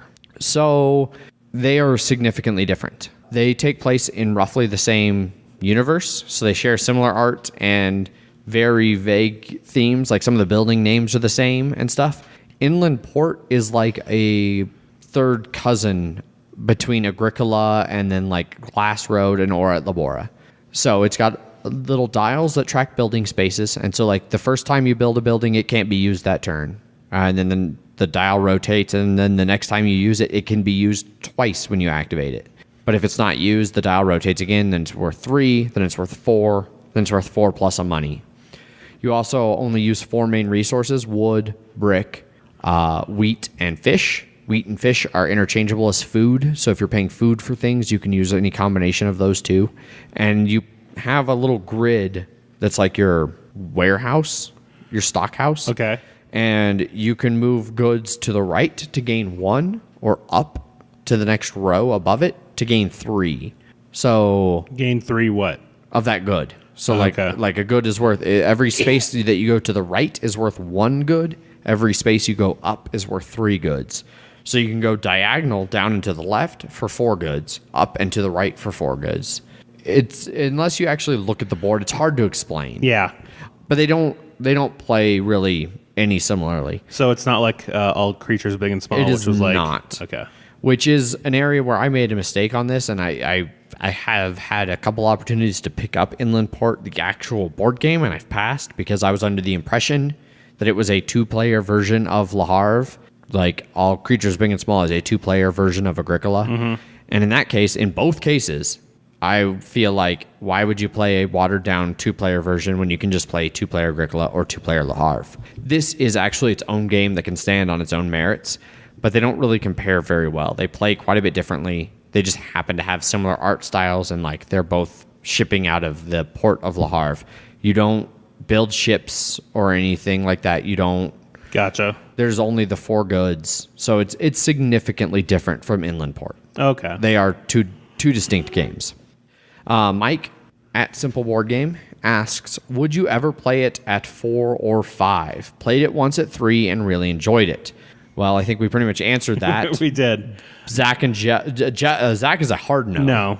Jeff is a maybe, 4, but not 5. likely. Yeah, 4 is interesting. 5 is just more time. I am a yes, 100%. You want to play Le Havre? Yeah, let's play it. I don't care. I'll play it. Is it better at 4 or 5? Yes. Yeah. Mike also asks, also, it seems like there are tons of special buildings. I wish more came out each game. And this is a valid point that we didn't really touch on. Paul and I, one of the times we played, we actually went through the special building deck and like divided them up into like interesting ones and boring ones and took the boring ones out and then dealt 6 out of the interesting pile just to try and get better draws from the special buildings. Mm-hmm. There are a ton of cards, and you're at most going to see, I think 5. I think you deal 6 because one of the things lets you look at 2 and put 1 on the bottom. Yeah. So you can push 1 off all the way until the end. And that's the only reason there's 6 and not 5, because the most you'll ever see is 5 out of this huge, like, over 52 card deck, which is unfortunate. Yeah, that sounds like an UA game. Yeah, so yeah, that's one that if you want a house rule, picking out a handful of them that you deal that 6 from every game to make them interesting. Yeah. Go for it, because there's some that are basically carbon copies of each other. They're just subtle differences that I don't think you'd really need both of them in there, but. Yeah, so that pretty much covers it. Indeed. Any last minute things you guys want to add? Nope. Played it 3 or less players. Unless you're a madman. Yeah, I do really. I think I enjoy it most at 2, but I will play it at any player count. So yeah. Well, real quick before we close everything out, as many of you know, I've been spending a little bit of time hanging out up with the Heavy Cardboard folks, Edward and Amanda, and so I reached out to them as we were prepping to do this episode to see if they wanted to comment at all on Le Havre, since this was one of the games they covered very early on in their show, and thought I'd see if they wanted to give any kind of an update. Well, thankfully, Edward was gracious enough to record a quick little updated final thoughts on the show and send it over to us. So here it is. Enjoy hearing from Edward. Hey y'all, it's Edward from the Heavy Cardboard Podcast. So we're talking Le Havre today, huh? I can't believe that this was our second review ever on our show back in June of 2014. It's been that long, almost, 2.5 years, almost 3 years now? And I gotta say that at the time, I rated the game on our 1 to 6 scale as a 6, as an absolute Hall of Fame game. We recently played it again. I don't know, within the last 2 weeks, we played it a 4-player game here at one of our game days. And I gotta say, my rating has not changed a lick. It is still absolutely a Hall of Fame game, and definitely one of Uwe Rosenberg's, in my opinion, top 2 games. It's close between that and Agricola as far as which I rate higher on any given day. We also use it as an excellent gateway game for getting into the heavier games in a hobby, because at its core, you have 2 choices on your turn. You either take one of the offers, or you move your worker to a building and do something. That's it. That's all there is. Now, obviously, I'm oversimplifying things, but at its core, that's all you're really doing. And so, while the intricacies of the game allow for much more strategic planning and far more decision space than meets the eye on the surface, mechanically, it's a pretty simple game. And so we use it as an excellent gateway for those that haven't been exposed to the heavier side of the hobby too much, and it still finds its way onto the table on a fairly regular basis. Now, with an 800 game library that we have, give or take here, maybe it's not every month, but I would say no more than a few months goes by before somebody in our game group is like, hey, why don't we bust out Le Havre? And every time somebody suggests it, that other folks are like, yeah, absolutely, let's do that. So yeah, definitely a Hall of Fame game, an absolute just cream of the crop, and If it's not in my top 10, it's definitely in my top 20, probably in my top 10 of all time. Le Havre, fantastic game. So Adrian and fellas, thanks for having me on the show, and keep up the great work. I'm a big fan of the show. And if y'all are interested in checking out our show, you can check it out at heavycardboard.com. Hit us up on Twitter, heavycardboard. Or recently we've been doing live playthroughs, and one of which was Le Havre. You can find that on youtube.com/heavycardboardvids. Thanks again, fellas.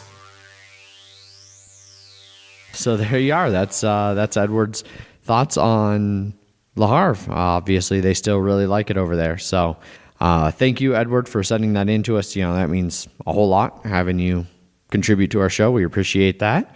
And if any of our listeners would like to check out their review of Le Havre, like Edward mentioned, that was their second review ever. Him and Tony went into depth pretty well on that. And then they also did just record one of their live playthrough / teaching videos over on Heavy Cardboard Vids for Le Havre. So if you get a new copy here from the new reprint and want to learn how to play, go check that out. All right, well, that wraps up Le Havre.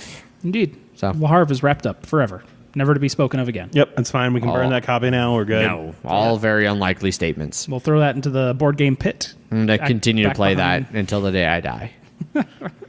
Encroaching ever sooner. Yep. Well, Happy birthday. yeah. Now that we're done with that, let's move on to some emails and stuff, because we actually had a few new emails. Yes, like 2-ish? Two-ish. Two-ish. Very precise number. Yeah. I mean, technically 3. Yeah, but- technically. So emails at milehighgameguys.com in case you want to have an email read out on here. Mm-hmm. Our first email comes from Eric. Yep. He says, "How about that wind, Eric?" It was really, really, It was really incredibly- windy last it was week. incredibly just- Yeah, it was pretty windy. So It's that wind that you heard about that like destroyed everyone in the Midwest Yeah. and on the East Coast. It was apparently even worse the further east you went. My grandparents live out kind of by like Fort Morgan, Sterling area, which those of you who are local to Colorado know those small little flatland towns, maybe. But yeah, they called me for my birthday, and my grandma was like, yeah, we had a whole lot of soil transfer properties in the last few days because there was just massive dust clouds blowing stuff everywhere. impressive. So yes, Eric, that wind was intense. it was. The most intense. We should have gone camping. Oh, yeah. Yeah. Get a nice, big, tall one that's really skinny, and then just let it... That was a pun on intense. I know. Intense. Intent. Yes. Camping. Yeah. Everyone get it? Camping's intense. Have I nailed that in the ground yet? Now I get it. Yeah. Would you like a bigger stick to hit this dead horse? I mean, never turn it down. Yeah. What's the next email, That's Jeff? the nice thing about the dead horse. It's always going to be there for you to hit. Yeah. It's not going anywhere. Yeah, it's not going... Next email comes from Paul. Same Paul that got first place in the Blood Bowl League and Yes. was on that earlier section titled Music. Hey, I didn't see the Twitter poll because fuck Twitter. And I prefer the old music, Paul. Then you should have fucking voted on Twitter. Yep, That's all I'm clearly. saying. Clearly. P.S. Jeff, how's number 2 feel? Insert bitching about strength of schedule. Fuck his schedule. My schedule was harder. Yep, it was. Yep. Yes, a little bit. Although Ann was saying that there were some people who were bitching about Paul's strength of schedule, and he was like, all of his opponents finished higher than you in the tournament. Yeah. So Really, the only one that could bitch was Jeff because he was second. Yeah. Yeah. Yep. He beat everybody except for Paul, and so And I never even played Paul. Yeah. So unfortunate. the works will return. Yeah. Yep. All right. Well, that wraps up emails. Indeed. Alan, the winner of the raffle, got his copy of Imperial Settlers, so hopefully he's enjoying that. Yep. He emailed just to say thanks. Yep. And He posted on Twitter of his copy of Imperial Settlers. I'm real excited. When we go to Geekway, it will get to be, unless something comes up between now and Geekway, it'll be the second time we've actually gotten to play games with fans of the show. That's true. Because he really wanted to play Gallerist, and so I'm going to make sure and take Gallerist and play. You don't have to play, Zach. You don't have to play. I don't know. I might spite play it I'll just play it every time I do something. Ugh. Oh, this game is... Yeah, that won't ruin the game for anyone. Yeah. I am, however, looking forward to playing Gallerist. I'm sure you are. period. But also, I'll with just a go listener sit in of a the corner. show, That so. sounds more interesting. Cool. Just make disgusted noises at every reaction. Yeah, so looking forward to that. Otherwise, I don't really have a whole lot else here. Nope, that's it. We're all done here. We're all done here. Wrap it up. Next week, we're going to be finally, to the pleasure of the hater who hasn't commented in a while. Yep. We're going to be covering kind of more social games. We're going to do something a little bit lighter. We're going to cover iDark Overlord, the new boxes, the old boxes, Snake Oil. And Spyfall. Some games that definitely you need audience participation. Like the people who are playing need to be invested and actually like play along. So we're going to kind of cover that and talk a little bit about how players can kind of make a game. Yep. Or not make a game, as the case may be. So stay tuned for that. If you have any questions about those 3 games, get them to us. You can tweet us at MHGameGuys. I'm Zach_MHGG. And I'm Jeff_MHGG. We have a Board Game Geek Guild, a Facebook, and an Instagram, all under at My High Game Guys, where you can get a hold of us and ask us questions about those games or any games or anything gaming related or not gaming related. We stray off topic. Yeah, we never not do that.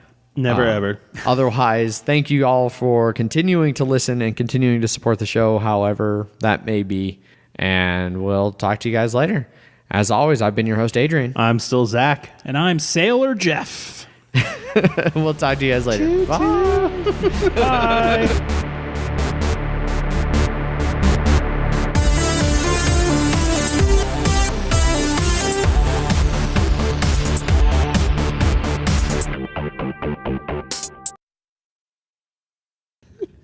I just had to pause for a second. Yeah. He had an order that he wanted Did to you do. miss the entire thing where we talked about the order of the fucking Kickstarter? Yeah, clearly.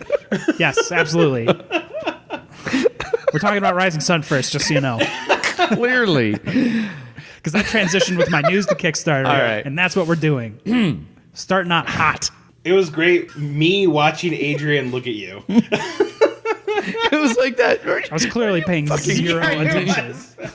It's that spontaneity that people come back for.